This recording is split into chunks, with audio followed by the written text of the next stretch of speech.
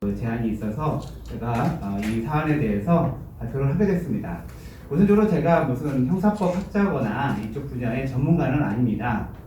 지금 우리 사회에서 많은 문제들이 이슈가 되고 있는데 사건법은 국민들에게 도움이 되는 법을 제안하거나 또 여러 가지 사회 현상에 대해서 의견을 제시하는 곳이기 때문에 조두순 개인이 아니라 조두순이라는 사람이 우리나라의 아동, 청소년 성폭력 범죄의 일종의 아이콘 같은 사람입니다. 그래서 우리나라에 조두순을 모르는 사람이 없을 정도인데 이분이 이제 올해 12월 13일 출소를 합니다. 출소를 이제 하게 됨에 따라서 이제 많은 사람들이 이제 걱정을 하게 되고 이에 대한 대비가 지금 제대로 되어 있지 않다라는 사회적 분위기가 있기 때문에 이에 대한 논의가 많은 것 같습니다. 그래서 이 부분에 대해서 제가 정리한 것을 발표해 드리도록 하겠습니다. 오늘 이제 제가 발표하는 그 자료는 오늘 그 배포한 자료집에 있는데요. 일단 조두순 사건의 문제가 뭔지를 먼저 말씀을 드리고 그 다음에 조두순 사건이 뭔데 왜 이렇게 문제가 되는지 그걸 좀 설명을 하고요. 그 다음에 이거에 대해서 지금 21대 국회에서 조두순 출소 대비로 제안된 법률이 어떤 게 있는지를 말씀을 드리고 그 법률을 좀 분석을 해봤습니다. 그리고 그 분석을 하고 이것들이 어떤 문제점이 있고 실효성이 있는지 그거에 대한 검토를 하고 그 다음에 본 발표자의 조두순 출소 후 대책에 대한 제안을 말씀드리는 것으로 그 발표를 하도록 하겠습니다. 네, 신문에 보니까 뭐 이렇게 나와 있더라고요. 지금 청와대 국민청원에 이게 발표를 하신 분이 지금 이제 조두순이 돌아가면 살 그 안산에 그 윤화석 안산시장이 직접 올린 거예요. 청와대 국민청원에. 그래서 이 조두순 격리법인 보호수용법을 제정해 달라라고 했는데 일주일 만에 7만 5천 명이 아마 그거 동의를 하고 지금은 아마 10만 명이 넘은 것 같습니다. 그래서 그 내용의 주된 취지는 뭐냐면 조두순이가 돌아오면 그 피해자 가족들이 불안하다. 그리고 안산 시민들은 조두순이 돌아오지 않길 바란다. 조두순을 다시 가두어 달라. 뭐 이런 취지인데요. 그래서 이렇게 지금 여론은 조두순에 대해서 어떠한 조치를 해주기를 강력히 바라고 있는 것 같습니다. 그래서 지금 이거 관련돼서 여러 가지 법률들이 제안되어 있는데 일단 제가 파악한 것으로는 14개 정도의 법안이 조두순 출소 후 대비를 위한 법안이 나와 있는데요. 그런 법안이 무엇이 있고 어떤 것이 실효적인지 그거에 대해서 한번 말씀을 드려보고자 합니다. 일단 조두순 사건에 대해서 말씀을 드릴게요. 조두순이 그 12년형이 나와서 이제 벌써 12년이 됐다는 얘기거든요. 범죄 일시는 2008년도예요. 2008년도 12월 달에 우리 이제 가명인 것 같은데 나영이라고 하는 8살 먹은 여자아이를 교회에 그 교회로 끌고 가서 그 교회에서 이제 몹쓸 짓을 한 것이죠. 그래서 지금 얼굴이 공개되어 있는데 저 얼굴은 아마 범행을 할 때 얼굴 아닌가 싶습니다. 지금 현재 얼굴은 밝혀지지가 않아서 사건 당시에는 56세였는데 지금은 이제 68세가 됐죠. 그래서 저 얼굴보다는 이제 늙었을 것으로 예상이 되는데 조두순은 전과 18범입니다. 사람을 죽인 적도 있고요. 강간해서 다치게 한 것도 있고요. 그래서 그 범죄적인 성향이 상당히 농후한 사람이고요. 그 다음에 판결문에도 나오는데 알코올 중독과 행동 통제력이 부족한 사람입니다. 그리고 재판하면서도 본인의 범행 사실을 부인하고 술에 취해서 했다고 이렇게 지금 주장을 하고 있거든요. 그리고 또 그거를 장량 강경을 심신미약 강경을 또 그때 했었던 것 같고 피해자에게 어떠한 회복 조치도 하지도 않고 합의도 되지 않고 한마디로 그냥 그 통제할 수 없는 그런 사람인 것으로 일단 보입니다. 근데 이런 사람이 밑에는 그림으로 좀 표현을 했는데 너무 당시에 표현이 조금 끔찍해서 그림으로 지금 표현을 했는데 당시 8살 먹은 애가 지금은 이제 20살이 됐겠죠. 그 영구적인 손상을 당했다고 하기 때문에 사실 인간으로서 존엄성을 해친 상태가 아닌가 이런 생각이 됩니다. 이러한 조두순에게 12년 형만 선고한 거에 대해서 사실 당시도 국민들이 분노를 했었고요. 그리고 이제 그 12년이 지나서 출소를 하게 되는데 그 조두순한테 미리 그 안산의 보호관찰소 사람들이 가서 나오면 어떻게 할 거냐 또 그 조두순의 상태도 확인을 했는데 조두순은 안산으로 돌아가겠다. 자기는 잘 살겠다 이런 취지의 얘기를 하는 바람에 안산 시민들이 이제 더 반발하게 된 거죠. 안산으로 돌아온다고 하니까요. 또 피해자 가족들이 아마 그 기초생활수급자이기 때문에 이사도 가지 못하고 피할 수 없는 상황이 되는데 그러한 상황을 지금 도저히 이제 안산 시민들은 받아들일 수 없다라고 하는 것 같습니다. 그래서 조두순 사건에 대한 정확한 내용은 자료집에 판결문을 제가 인용해 놨기 때문에 그 내용을 보시면 당시의 범죄 사실과 양형 이유와 그 이후의 재판 결과까지 그거는 이제 아실 수 있습니다. 그래서 이제 당시에 조두순 사건 징역 12년이긴 한데 이제 5년간 열람 정보 제공 신상 공개 제도 있죠? 그거를 5년간 하고요. 그 다음에 7년 동안 그 전자장치 우리가 말하는 그 발찌라고 하죠, 발찌. 그거를 부착하는 거로 되어 있기 때문에 이제 그 나오더라도 이 신상 정보 공개와 그 다음에 이 전자 발찌를 차는 그런 보안 처분에 대해서는 이제 집행이 될 예정이고 그 다음에 항소 상고를 다 했는데 어차피 다 기각이 됐습니다. 그리고 올해 12월 13일 출소하기 때문에 지금으로 보면 2달 후에 조두순이 이제 사회 밖으로 이제 나오게 되게 됩니다. 근데 이제 문제는 뭐냐면요.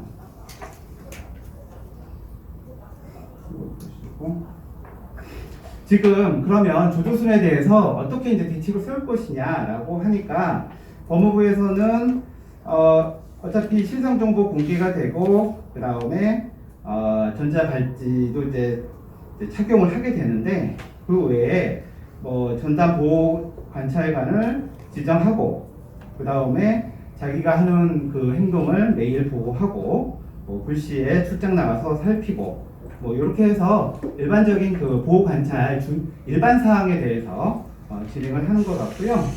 다만 지금 조두순 같은 경우에는 성충동 약물치료, 화학적 거세라고 하는 거를 할 수가 없습니다. 그거는 조두순으로 인한 거일 수도 있는데 그 이후에 법이 채택이 되는 바람에 조두순에 대해서는 성충동 약물치료에 대한 법률이 적용되지 않아서 화학적 거세를 할 수 없는 상황입니다.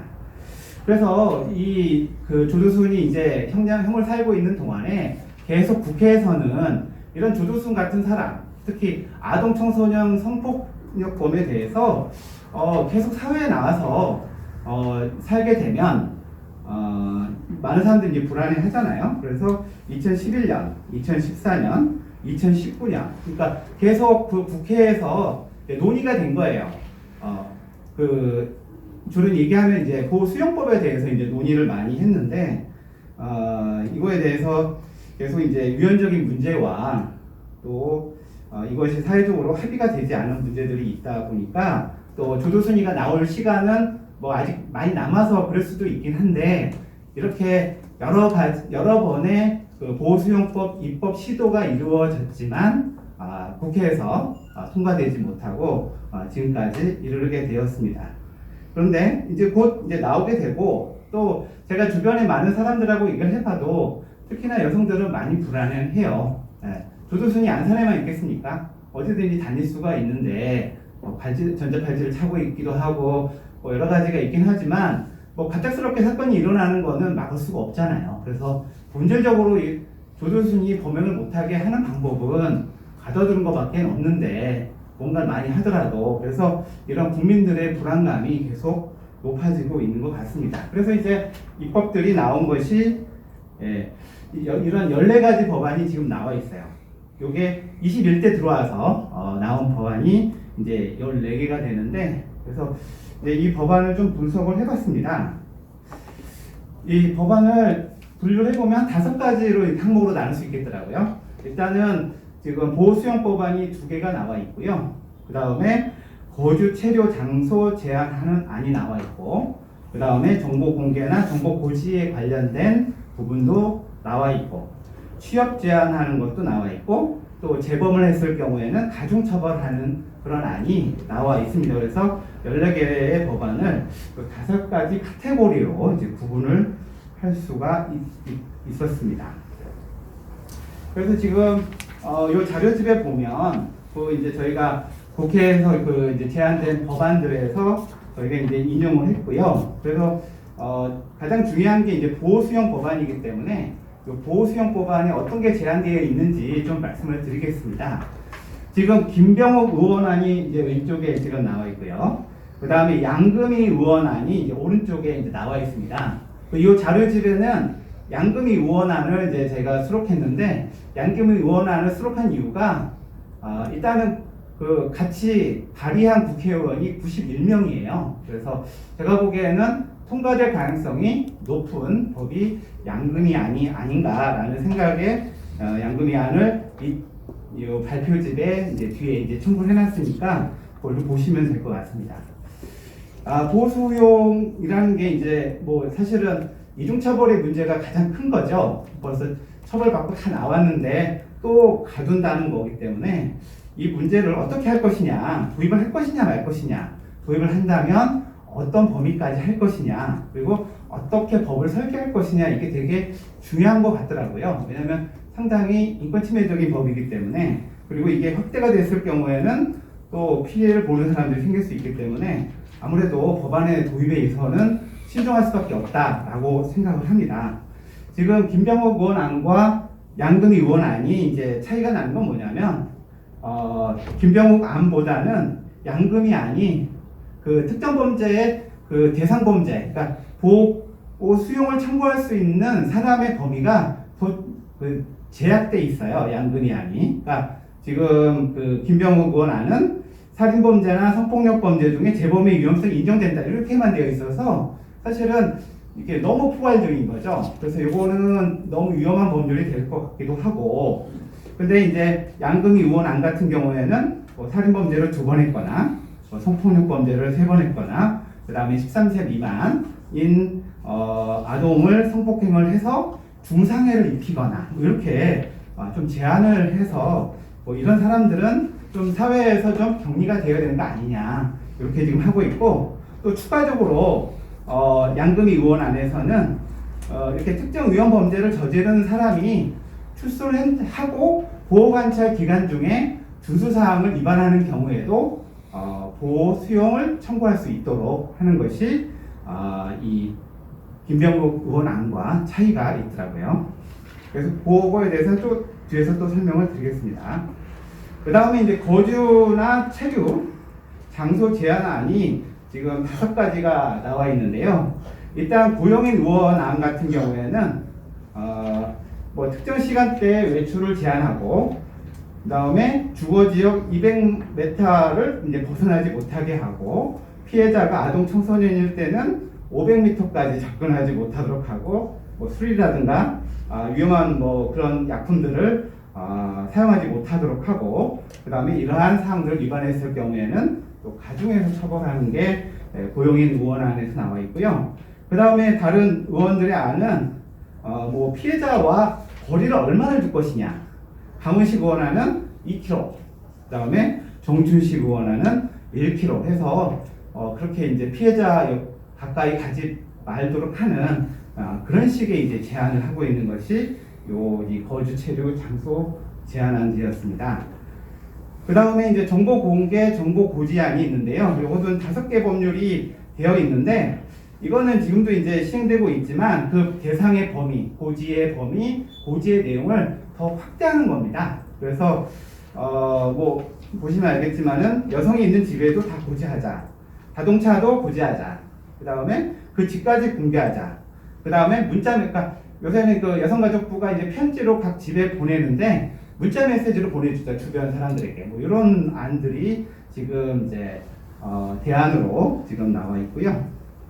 그 다음에 취업 제한, 뭐 이제 애들이 있는 그런 곳에 취업 제한을 하고 하는 안이 나와 있고, 그 다음에 상습이나 뭐 이렇게 재범을 했을 경우에는 형량을 가중하는 이런 법안까지 지금 나와 있어서 14가지 법안은 이런 5가지의 카테고리로 구분될 수 있다 라고 이제 지금 말씀을 드릴 수가 있는데, 그러면은 정말 조두순 출소 후에 조두순이 재범하지 않고 사회를 지키고 조두순도 착하게 살 수 있게 할 수 있는 방법이 뭐가 실효적이겠느냐라는 부분에 대해서 한번 말씀을 좀 드리고 싶습니다.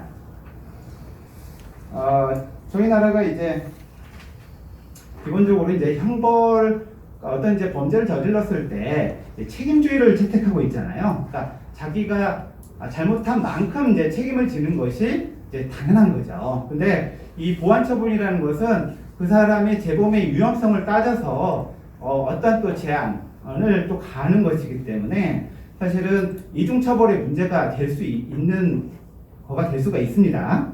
근데 지금 우리나라는 형벌 외에 보완처분도 제도가 있어요. 그 치료감호가 있기 때문에 보완처분, 그러니까 그래서 보완처분 제도도 있는 이런 이중적인 형사 체계를 갖고 있는데, 근데 지금 우리나라가 어떤 문제가 있냐면, 여기도 제가 여기다 이제 써놨지만 성폭력 범죄에 대해서나 일반적인 범죄에 대해서 상당히 양형을 되게 올려놨어요. 예. 또 여러분도 아시겠지만 성폭력범이 형법에 의해서 처벌되는 경우는 거의 없잖아요.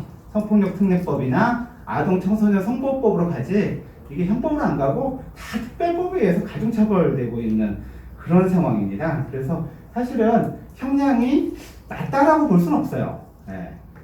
그 이유는, 형량을 높인 이유는 결국은 그 범죄자를 사회에서 더 격리하겠다라는 취지가 있는 거죠. 위험한 사람이니까. 그래서 사실은 장기간의 형벌 부과에 보완처분에 우리가 그 사람이 재범할 어떤 기회를 박탈하는, 왜냐하면 장기간 구금되어 있으니까. 그래서 형량을 계속 늘려왔는데, 뒤에서도 말씀드리겠지만 형량을 늘려도 성범죄는 계속 늘어나고 있어요.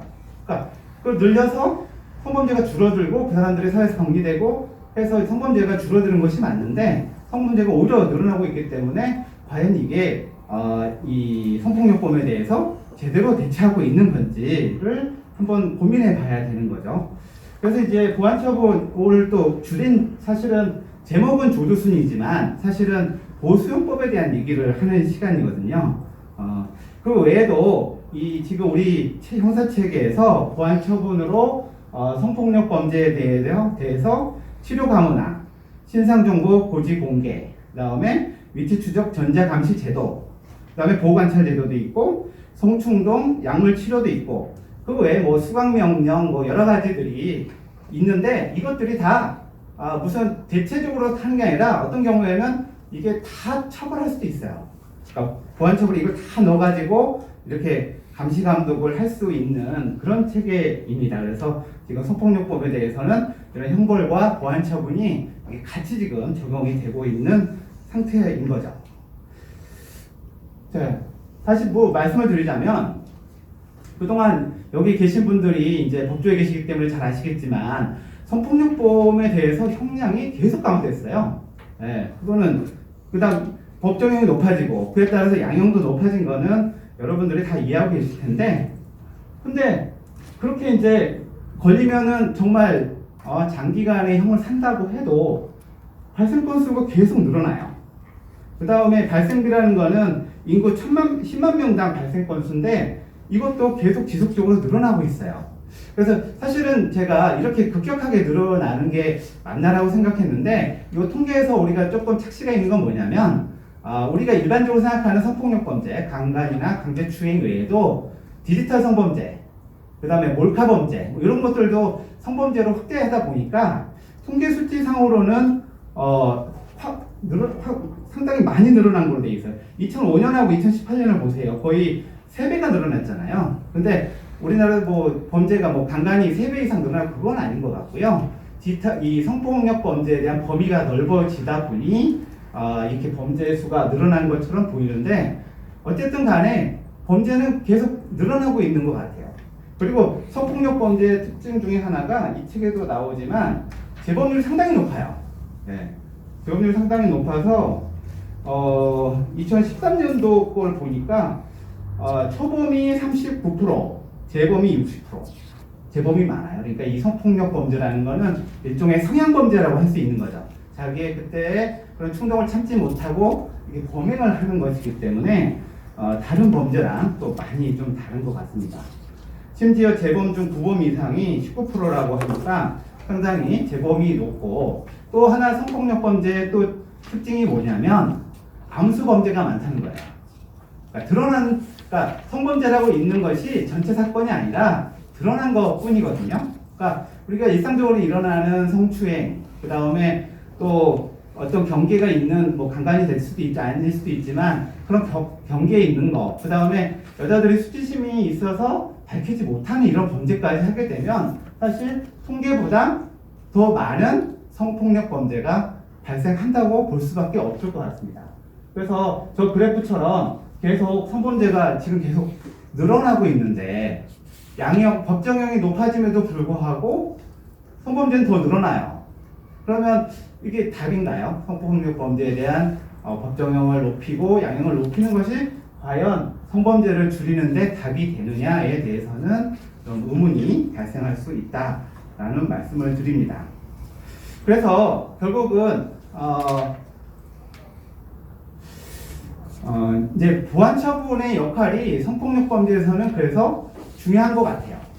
그러면 지금 보안 처분으로 여러 가지 제도가 있는데 3가지 제도를 말씀드릴 거거든요. 신상정보 공개 고지 제도, 그 다음에 전자감시제도, 그 다음에 화학적 거세제도. 이 3가지에 대해서 효과를 분석한 논문이 있어서 그거를 제가 이제 여기다가 인용을 했거든요. 그래서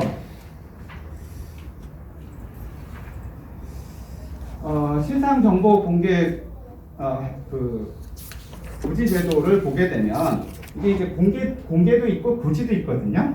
공개는 인터넷에 올리는 거고요. 고지는 그 사람 주변 사람들한테 그걸 알려주는 거예요. 성범죄자가 동네로 이사 왔다, 이런 제도인데, 이 제도도 지금 제가 이제 요 발표집에 구체적으로 이제 써놓긴 했는데요. 신상정보 공개 기간에 대해서도 그 형의 선고량에 따라서는 뭐 2년, 5년, 10년 단위로 돼 있고, 뒤에 가보면 20년도 되어 있거든요. 그래서 상당히 이제 장기간에 걸쳐서 신상정보를 이제 고지를 하고 있습니다. 그 구체적인 제도나 방법 이런 것들은 이제 발표 자료를 참고하시고요. 그러면 이게 효과가 있느냐? 그 논문에서 보니까 성폭력 범죄를 3가지로 구분하더라고요. 이제 전체 성폭력, 그 다음에 아동 성폭력, 그 다음에 이게 이제 누범으로 하는 경우, 누범 성폭력에서 3가지로 지금 나누고 있는데, 그거에 대해서 효과가 있는지 여부에 대해서 지금 보고 있는데, 신상정보 공개 고지 제도가 전체 성폭력, 그 다음에 20세 이하 성폭력에 대한 예방 효과는 미비하다. 그 다음에 재범할률도 좀 미비하다, 이렇게 지금 또 발표를 했고요. 전자감시제도, 이건 뭐 직접 발찌를 채우고 또 그러니까 이 전자감시제도가 이제 2군데 설치하거든요. 몸에 부착하는 게 있고요, 집에다도 설치해요. 집에 설치를 해서 요거와 센서로 이걸 하면서 이 사람이 어디까지 나갔는지, 뭐 100m 갔는지 200m 갔는지도 파악이 가능합니다. 요런 이제 그 전자감시 제도는 전체 성폭력이나 20세 이하 성폭력 예방 효과는 이제 미비한데, 재범을 막는 데는 어느 정도 효과가 있더라. 이게 이 논문에서의 발표 내용이고요. 그 다음에 화학적 보세 제도, 이 성도착증 환자, 뭐 또 소아 성애자, 뭐 이런 사람들에 대해서 직접 호르몬 주사를 이렇게 해서 그 사람의 생리적인 변화를 이끌어서 범죄를 막는 이 화학적 보세 제도인 경우에는 효과가 그러니까 누범을 막는 효과가 가장 크더라. 뭐 이렇게 나왔습니다. 다른 범죄를 막는 것보다는. 그래서 이 논문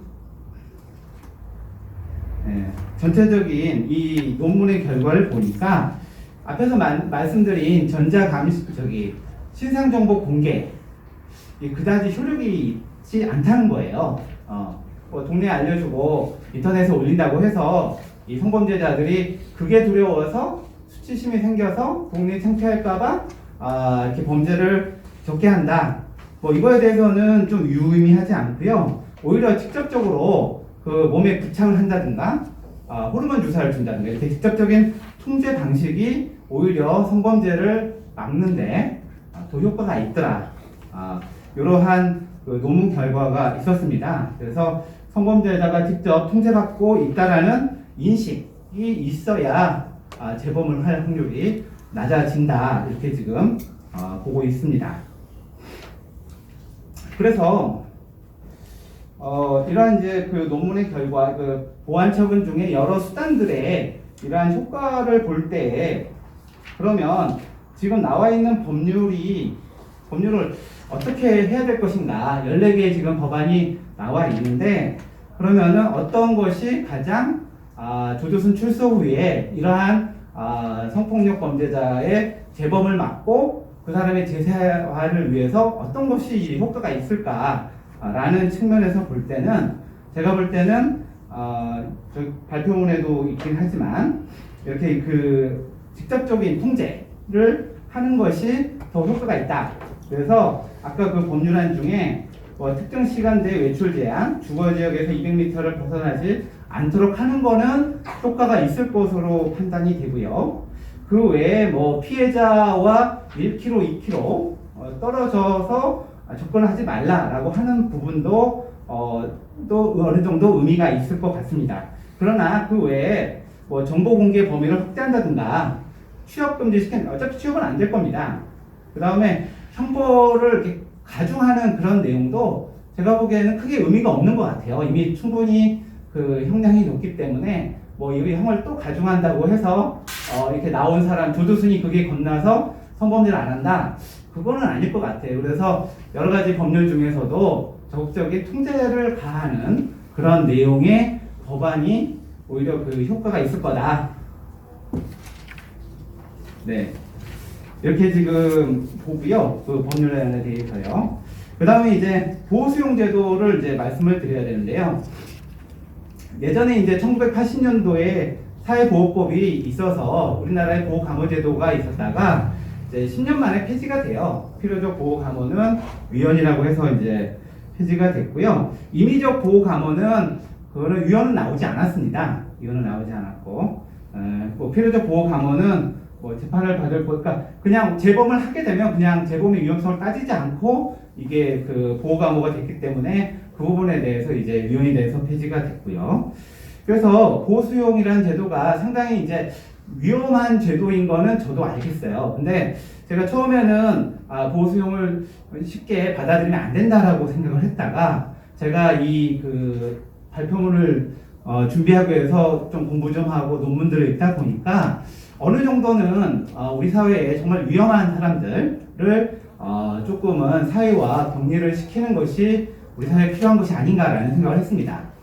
화학적 거세 제도를 지금 이용하고 사실은 내 몸에 뭐 주사를 해서 내 생리적인 변화를 일으키는 거는 상당히 중대한 인권 침해죠. 근데 지금 그 제도가 시행이 되고 있고 근데 그걸 적용받는 사람은 제가 알기로는 60명밖에 안 된다고 지금 알고 있어요. 그러니까 이게 일반적인 범죄가 아니고 정말 위험한 사람들에 대해서 적용되고 있는 제도인 것 같은데 이 보호수용법도 그러한 측면에서 정말 위험한 사람들을 일정한 제한 내에서 사회와 분리시키는 방법이 필요한 거 아닌가라는 생각을 했고요. 근데 만약 도입을 한다 그러면은 여기 이제 오른쪽에 나와 있는 것처럼 4가지 재범의 위험성의 판단 불확실성, 비례성의 원칙 위반, 보호 수용의 최후 수단성, 이중 처벌의 여지 이런 지금 여기 제가 이제 논문을 인용해서 그러한 문제점들에 대해서 말씀을 드렸는데 이미 저기 그 독일에서 이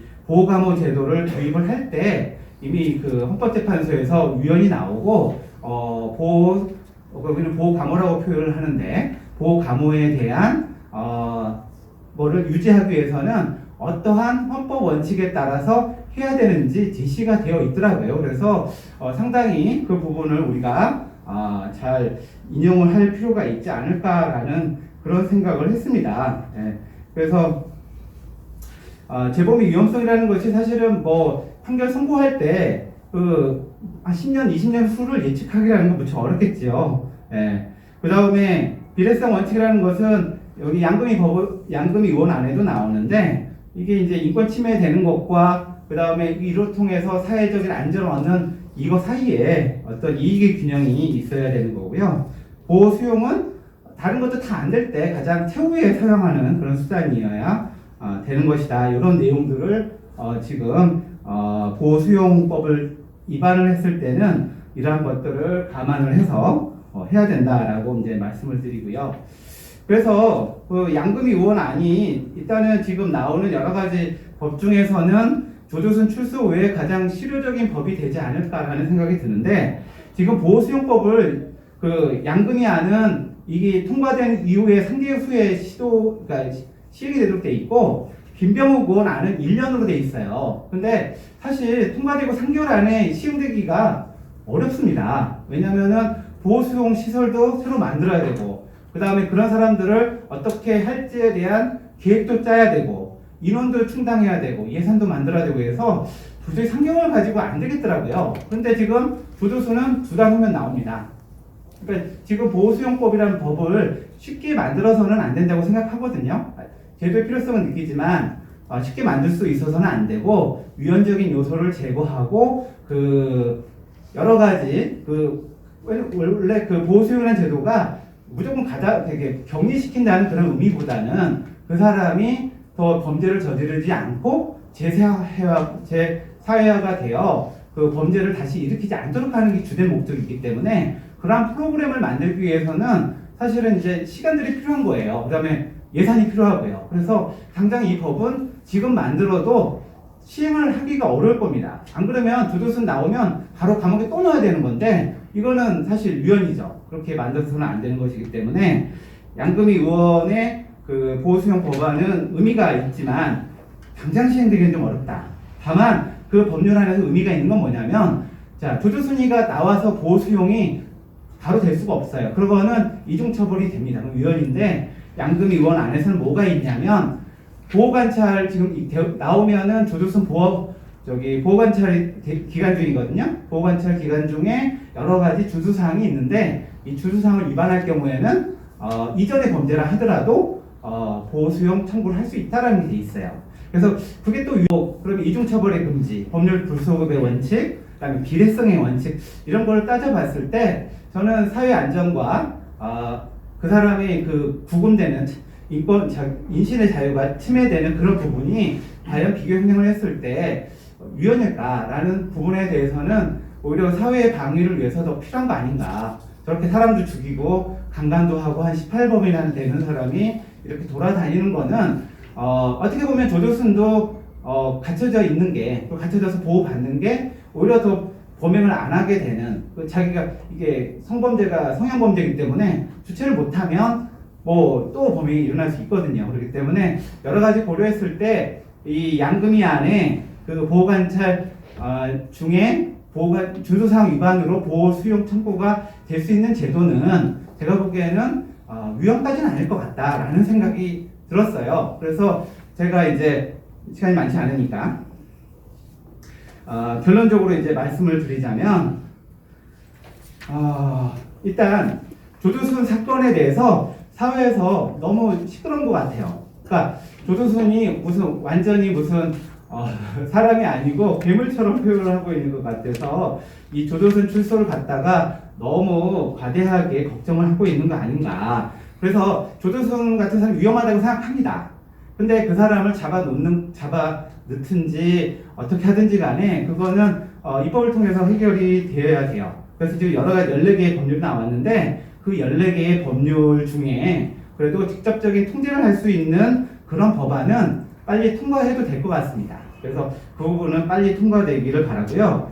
보호수용법안으로 지금 올라와 있는 두 개 중에 이거는 뭐 당장 시행되기가 어려워요. 저기 당장 해가지고 조두순 나오면 잡아내는 것이 아니기 때문에 그러한 보호수용법안은 위험한 법률이 될 수가 있습니다. 그래서 인정은 되지만 그 조두순이나 조두순 같이 위험한 그런 사람들이 이 사회에 나와서 재사회화가 될 수 있는 프로그램들, 그 다음에 감옥에 또 넣으면 안 되거든요. 다른 곳에 넣어야 되고 여러 가지 또 인권 침해적인 요소들을 제거해야 되기 때문에 그런 것들을 하려면 사실은 1년 정도 시간은 필요한 것 같아요. 그래서 김병호 의원안이 1년이 그래서 현실적으로 잡아놓은 거 아닌가라는 생각을 했는데 그럼에도 불구하고 조두순은 전과 18범입니다. 격리의 필요성은 인정이 됩니다. 그리고 보호수용법을 만들어서 바로 그 조두순을 잡아줄 수 있는 건 아닙니다.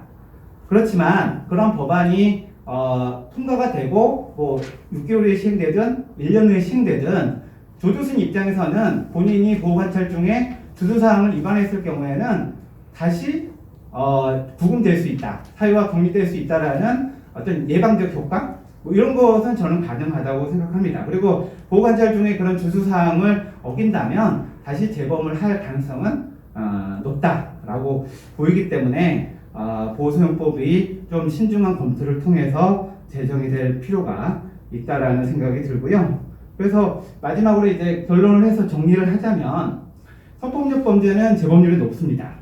그리고 성폭력을 하다가 중대한 상해나 살인으로 이어질 확률이 높기 때문에 위험한 범죄로서 다른 범죄자들과는 특별하게 다루어져야 된다고 생각하고요. 그 다음에 이 살인뿐만 아니라 상습 성폭행범, 또 유아, 아동 성폭행범에 대해서는 형벌을 강화하고 보안 처분을 병가할 필요가 큽니다. 그 다음에 성폭행범에 대해서는 신체를 직접 제한하는 수단의 제재들이 재범률을 낮추는 데 효과가 있기 때문에 이와 관련된 제한된 입법들은 조속히 이루어져야 된다고 생각합니다. 그런데 보호수용법은 인권 침해적 요소가 크기 때문에 최대한 형벌과 다르게 제정되어야 하고요. 범인의 재사회와 사회 방위 확보 간의 균형을 맞추는 선에서 입법이 되어야 합니다. 그리고 마지막으로 조두순에 대해서는 출소 후 보호관찰 주소사항을 구체적이고 치밀하게 마련해서 재범의 가능성을 줄이고 이를 위반할 경우에 보호 수용되어서 사회로부터 격리될 수 있음을 인지되도록 해가지고 재범을 막고 재사회화를 할 수 있도록 해야 됩니다. 그래서 우리가 법률가로서 어떤 인권의 침해가 되지 않는 범위 내에서 또 조두순이 재범을 하는 걸 막고 또 조두순이 개과천선해서 좋은 사람이 될 수 있는지 모르겠지만 그렇게 할 수 있도록 법안을 만드는 것이 필요하다라고 저는 이 그 발표를 하면서 이런 내용의 결론으로 내용을 마무리했습니다. 지금까지 저의 발표를 들어주셔서 감사합니다.